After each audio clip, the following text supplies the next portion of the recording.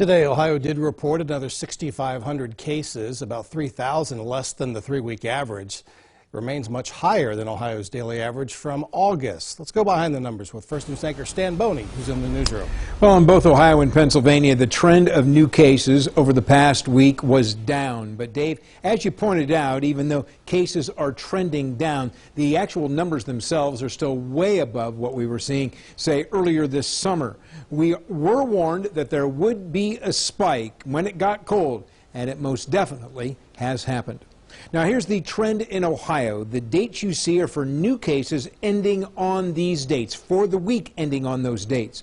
So they don't include today's numbers. The week ending December 13th was into the third week following Thanksgiving, Ohio with 87,000 cases. The weeks before that and the week after, around 60,000 cases each. But that spike there in the middle, that was significant. While cases fell last week, deaths in Ohio were way up, from 533 the week before on December 13th to 885 this past week. That's an increase of 66%. The spike in deaths, keep in mind, coming 1 week after the spike in cases.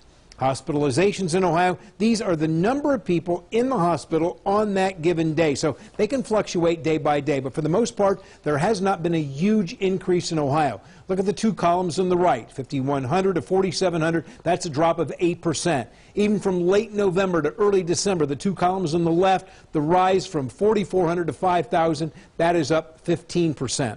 Pennsylvania almost mirrors Ohio in new cases, where a spike came during the third week after Thanksgiving.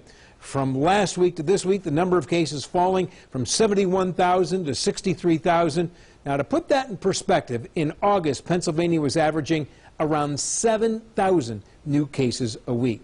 Deaths in Pennsylvania, you can see the trend there up as well, 500 to almost 1,000, over 1,200, and now this past week over 1,300. That's up 166% over 4 weeks. Hospitalizations in Pennsylvania, again, these are people in the hospital on that day. The trend in Pennsylvania up over the past 4 weeks from 4,400 on November the 29th to just over 6,000 in the hospital yesterday.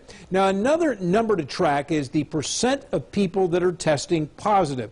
For the first week of December in Ohio, we were anywhere from 15 to as high as 18%. Over the past week, it's been around 13 to 14%. 15% is the number. That and above is where you end up being on the advisory list for travelers. Live in the newsroom, Stan Boney, WKBN 27 First News.